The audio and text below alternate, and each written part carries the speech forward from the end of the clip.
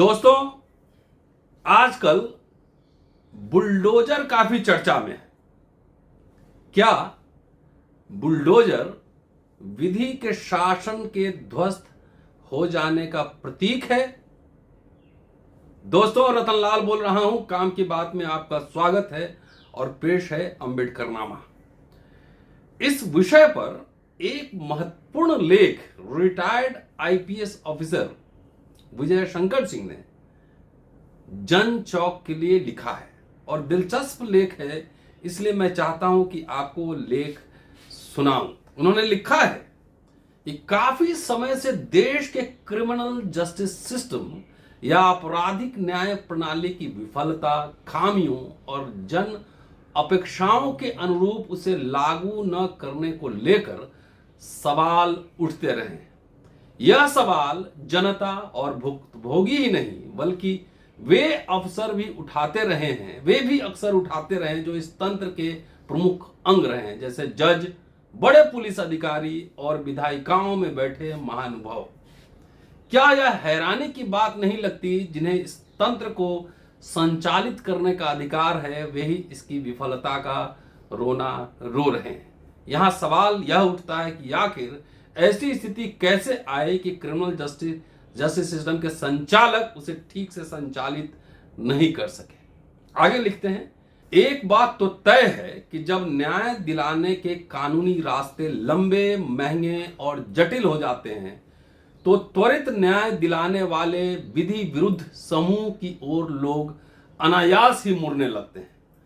Criminal justice system की विफलता न केवल माफिया गिरोहों को पनपने के लिए एक अवसर प्रदान करती है, बल्कि वह पुलिस को भी विधि विरुद्ध दिशा में जाने की ओर प्रेरित करती है। तो ऐसी स्थिति उत्पन्न होती है जो गैर कानूनी रूप से एक नए न्याय तंत्र या जस्टिस डिलीवरी सिस्टम विकसित करती है, जो अपराध को एक प्रकार से मान्यता देकर उसे संस्थाकृत करता है।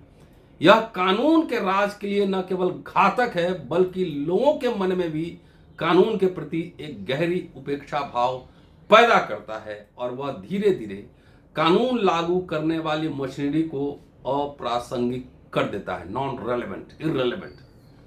आगे लिखते हैं कि हाल के ही उत्तर प्रदेश विधानसभा चुनाव में एक अजीबोगरीब मुद्दा उठ गया था, बुलडोजर का।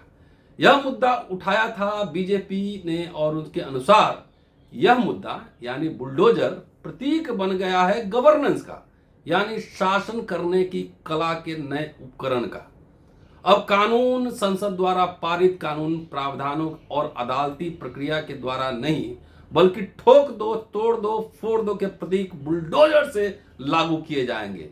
बुलडोजर मूलतः ध्वस्त करने वाली एक बड़ी मशीन है जो तोड़फोड़ करती है। दरअसल भाजपा के राज में कानून व्यवस्था बनाए रखने के लिए जिस आक्रामक नीति की घोषणा 2017 में मुख्यमंत्री आदित्य योगी नाथ ने की थी, वह थी ठोक दो की नीति। यह अपराधियों और कानून व्यवस्था को बिगाड़ने वालों के प्रति अपनाई जाने वाली एक आक्रामक नीति है जो लोगों में लोकप्रिय और सरकार की छवि को एक सख्त प्रशासक के रूप में दिखाने के लिए लाई गई थी।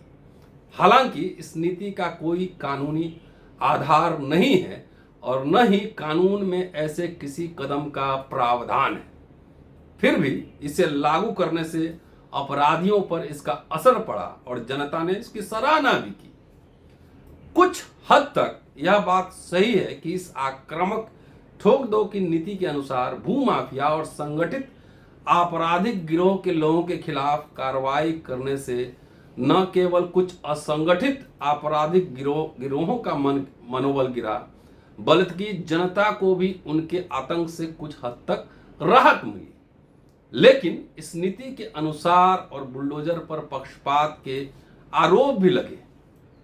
एक धर्म विशेष के माफिया सरगनाओं के खिलाफ जानबूझकर कार्रवाई करने और एक जाति विशेष के कुछ माफियाओं पर कार्रवाई न करने के आरोप भी सरकार पर लगे। यही यह सवाल भी उठता है कि क्या कानून व्यवस्था को लागू और अपराध नियंत्रण करने के लिए कानूनी प्रावधानों को बाईपास करके ऐसे रास्तों को अपनाया जा सकता है जो कानून की नज़र में खुद ही अपराध हो।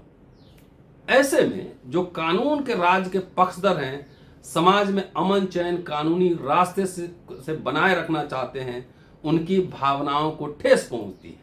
वे लोग चाहे बुलडोजर हो या ठोक दो की नीति हो के अंतर्गत की जाने वाली इनकाउंटर की कार्रवाइयों इन्हें लेकर अक्सर पुलिस पर सवाल उठाते रहे हैं। और ऐसे इनकाउंटर जिसे सरकार खुद ही परोक्ष रूप से समर्थन करती है, न केवल जांच कराती है बल्कि दोषी पाए जाने वाले पर मुकदमा भी चलाती है, काम भी करवाता है, मुकदमा भी करता है। बहरहाल आगे लिखते हैं कि मानवाधिकार संगठनों की माने तो उत्तर प्रदेश पिछले कुछ सालों में न्यायोत्तर हत्याओं यानी एक्स्ट्रा जुडिशियल किलिंग यानी बुलडोजर या ठोक दो की नीति की एक नई प्रयोगशाला जैसा रहा है। 2017 के मार्च के बाद से जब से बीजेपी सत्ता में आई है, तब से एक्स्ट्रा जुडिशियल हत्याओं की संख्या में वृद्धि हुई है। आंकड़े के अनुसार 2017 के बाद 20 तक यूपी पुलिस ने 3,302 कथित अपराधियों को गोली मारकर घायल किया है। रिपोर्ट के अनुसार पुलिस फायरिंग की घटनाओं में मरने वालों की संख्या 146 है। यूपी पुलिस का दावा है कि 146 मौतें जवाबी फायरिंग में हुई है और सशस्त्र अपराधियों के खिलाफ आत्मरक्षा में की गई है। हर में यही आर्गुमेंट होता है। लेकिन नागरिक संगठनों ने इन हत्याओं पर सवाल उठाए और आरोप लगाया कि ये सुनियोजित है, प्लान्ड है। बुलडोजर के यूपी मॉडल की नकल अभी हाल में मध्य प्रदेश के खरगोन में की गई है। रामनवमी पर खरगोन में एक शोभा यात्रा निकाली गई और वह शोभा यात्रा जब मुस्लिम इलाके से निकल रही थी तो उस पर पथराव हुआ। फिर सांप्रदायिक दंगे की स्थिति उत्पन्न हो गई। पथराव करने वाले कुछ घरों को वहां के प्रशासन ने चिन्हित किया और फिर उनके घरों को बुलडोजर से गिरा दिया। यहीं यह कानूनी सवाल उठता है कि यदि पथराव के दोषी भी थे तो क्या उनका घर गिरा दिया जाना विधि सम्मत है? कानून के अनुसार उनके खिलाफ केस रजिस्टर होना चाहिए, अदालत में पेश किया जाना चाहिए था और न्यायालय जो दंड देता वह मान्य था। प्रशासन यहाँ शिकायतकर्ता भी है, जांचकर्ता भी है, अभियोजक भी है और न्यायाधीश भी है। यह एक मध्यकालीन राजतंत्रीय आपराधिक न्याय प्रणाली की ओर लौटना हुआ, न कि सभ्य प्रगतिशील और विधि द्वारा स्थापित क्रिमिनल जस्टिस के अनुसार न्याय की आकांक्षा करना। आगे लिखते हैं विजय शंकर जी कि मध्य प्रदेश के खरगोन मामले में मुंबई के एक आरटीआई एक्टिविस्ट साकेत गोखले ने जिला मजिस्ट्रेट खरगोन को एक कानूनी नोटिस भेजकर यह जानकारी चाहिए कि खरगोन में जिन व्यक्तियों के घर बुलडोजर से गिराए गए वे किस कानून के अंतर्गत गिराए गए, क्योंकि ऐसा कोई कानून नहीं है जो सरकार को न्यायपालिका की भूमिका में आने और उसे यह अधिकार देता हो कि वह खुद ही किसी को दोषी ठहरा दे और उसे दंडित कर उसका घर गिरा दे। साकेत की नोटिस में यह भी कहा गया था कि यदि विधिक प्रावधानों के अनुसार 24 घंटे के भीतर जिला मजिस्ट्रेट कोई जवाब नहीं देते हैं तो इस बिंदु पर मध्य प्रदेश हाई कोर्ट में याचिका दायर की जाएगी। एक लीगल नोटिस साकेत ने डीएम को भेजा है। साकेत की नोटिस और आरटीआई के जवाब में जो कहा गया है वो भी दिलचस्प है। जो डीएम है डिस्ट्रिक्ट मजिस्ट्रेट खरगोन ने साकेत गोखले को बताया कि उनके कार्यालय के द्वारा ध्वस्तीकरण आदेश जारी नहीं किया गया था। यह दिलचस्प है कि ध्वस्तीकरण आदेश वहां से जारी नहीं हुआ तो फिर ये ध्वस्त हुआ कैसे, किस कानून के तहत, किसके ऑर्डर से हुआ, यह भी जानना दिलचस्प होगा। वहां के एक मंत्री हैं, अक्सर आप टीवी पर देखते होंगे, उनको भी जरा सुनिए वो क्या कर रहे हैं इस मामले में, ये सुनना दिलचस्प होगा। डीएम कह रहे हैं कि उन्होंने कोई आदेश नहीं दिया था। यहीं पे यह सवाल उठता है कि प्रशासनिक व्यवस्था में जिला अधिकारी भू राजस्व मामलों के प्रभारी अधिकारी होते हैं। यदि डीएम ने यह आदेश जारी नहीं किए तो फिर यह आदेश किसने जारी किया है? यह एक यक्ष प्रश्न है। इसका जवाब तलाशा जाना चाहिए। और अब सब जानते हैं कि इस तरह के मामले में जो बड़े लीडर्स होते हैं, जो मंत्री होते हैं, वो कोई लिखित आदेश नहीं देते हैं, मौखिक आदेश देते हैं। और आगे लिखते हैं विजय शंकर जी कि एमपी के गृह मंत्री नरोत्तम मिश्रा ने दावा किया था कि कथित पत्थरबाजी के आरोपियों के घरों को ध्वस्त कर दिया गया है। अब डीएम इस मामले पर यू टर्न ले रहे हैं और कहते हैं कि केवल अनाधिकृत घरों को तोड़ा गया। लेकिन डीएम का यह भी दावा है कि जिला प्रशासन की ओर से कोई आधिकारिक आदेश जारी नहीं किया गया था।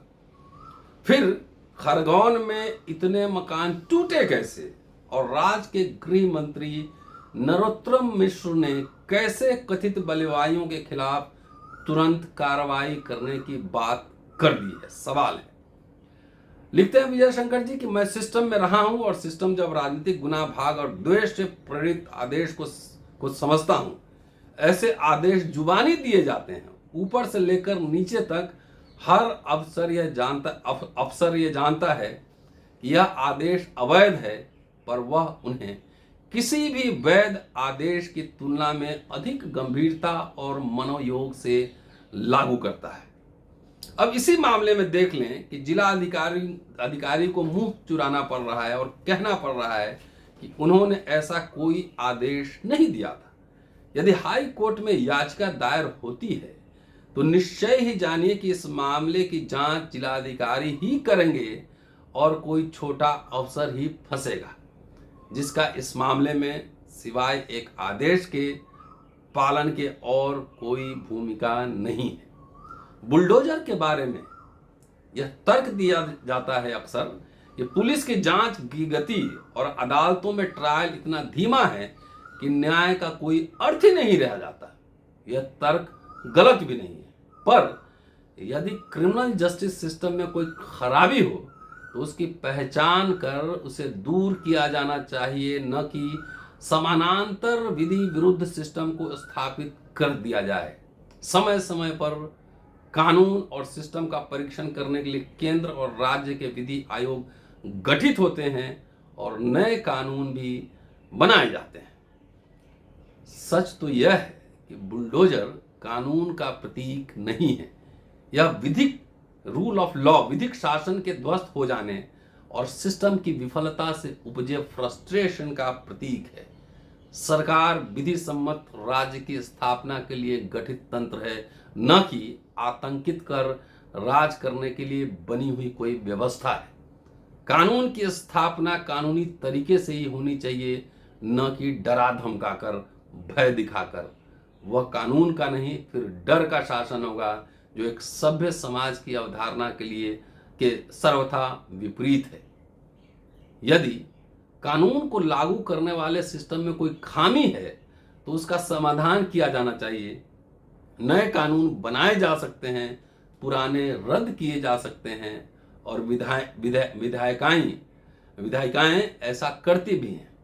पर कानून का विकल्प बुलडोजर या सनक या जिद कदापि नहीं हो सकता। इससे अराजकता ही बढ़ेगी।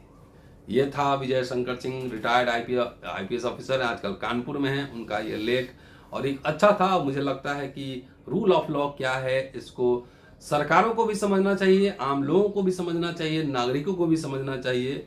इसलिए पूरा वीडियो देखिए, सुनिए, शेयर, सब्सक्राइब करते रहिए। शुक्रिया। जल्दी मिलता हूं अगले एपिसोड में। जय भीम।